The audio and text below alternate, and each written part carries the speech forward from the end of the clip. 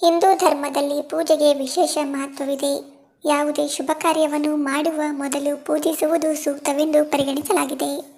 ಅಲ್ಲದೆ ಅನೇಕ ಮನೆಗಳಲ್ಲಿ ದಿನವೂ ದೇವರ ನಿಯಮಿತ ಆರಾಧನೆಯೊಂದಿಗೆ ಪ್ರಾರಂಭವಾಗುತ್ತದೆ.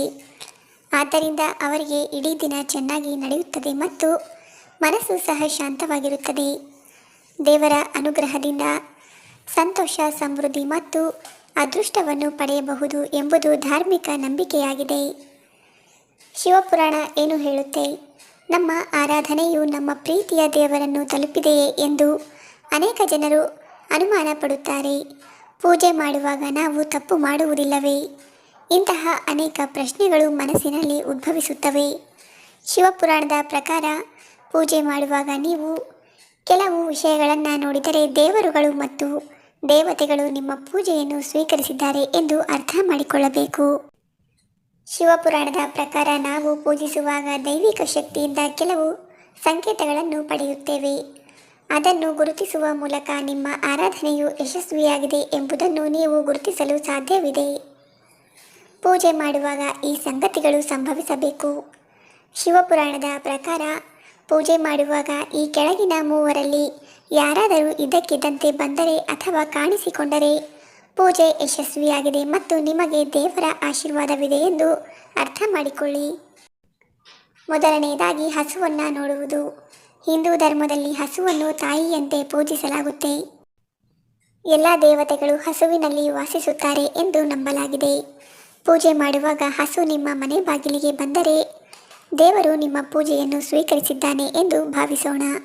ಅಂತಹ ಪರಿಸ್ಥಿತಿಯಲ್ಲಿ ಸಾಧ್ಯವಾದರೆ ಹಸುವಿನ ಪಾದವನ್ನು ಸ್ಪರ್ಶಿಸಿ ನಮಸ್ಕರಿಸಿ ಮತ್ತು ಅದಕ್ಕೆ ಹುಲ್ಲು ಅಥವಾ ಇನ್ನೇನನ್ನಾದರೂ ತಿನ್ನಿಸಿ. ಸಹೋದರಿ ಅಥವಾ ಮಗಳ ಆಗಮನ.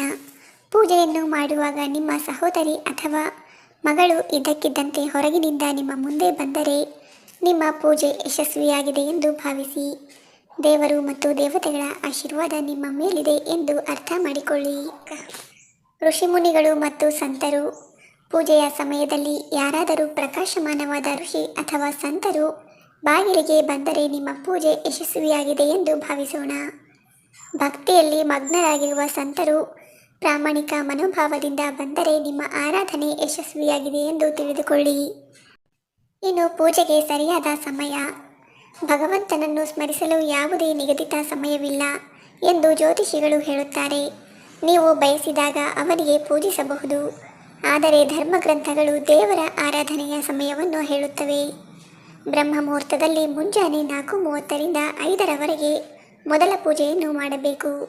ಎರಡನೇ ಪೂಜೆಯನ್ನು ಬೆಳಗ್ಗೆ 9 ಗಂಟೆಗೆ ಮಾಡಬೇಕು ಮತ್ತು ಮಧ್ಯಾಹ್ನದ ಪೂಜೆಯನ್ನು ಮಧ್ಯಾಹ್ನ 12 ಗಂಟೆಗೆ ಮಾಡಬೇಕು. ಸಂಜೆ ಪೂಜೆಯನ್ನು 4:30ರಿಂದ 6ರ ಒಳಗೆ ಹಾಗೂ ರಾತ್ರಿ ಪೂಜೆಯನ್ನು 9 ಗಂಟೆಗೆ ಮಾಡಬಹುದು. ನಿಮ್ಮ ಪೂಜೆ ದೇವರಿಗೆ ತಲುಪಿದೆಯೇ ಇಲ್ಲವೇ ಎಂದು ತಿಳಿದುಕೊಳ್ಳುವ ವಿಧಾನ ಇವತ್ತು ತಿಳಿಸಿಕೊಡಲಾಗಿದೆ. ಸ್ನೇಹಿತರೆ, ಮಾಹಿತಿ ಇಷ್ಟ ಆಗಿದ್ದರೆ ದಯವಿಟ್ಟು ವಿಡಿಯೋವನ್ನು ಲೈಕ್ ಮಾಡಿ. ಹಾಗೆ ನಮ್ಮ ಚಾನಲ್ಗೆ ಸಬ್ಸ್ಕ್ರೈಬ್ ಆಗೋದನ್ನು ಮರಿಬೇಡಿ. ಧನ್ಯವಾದಗಳು.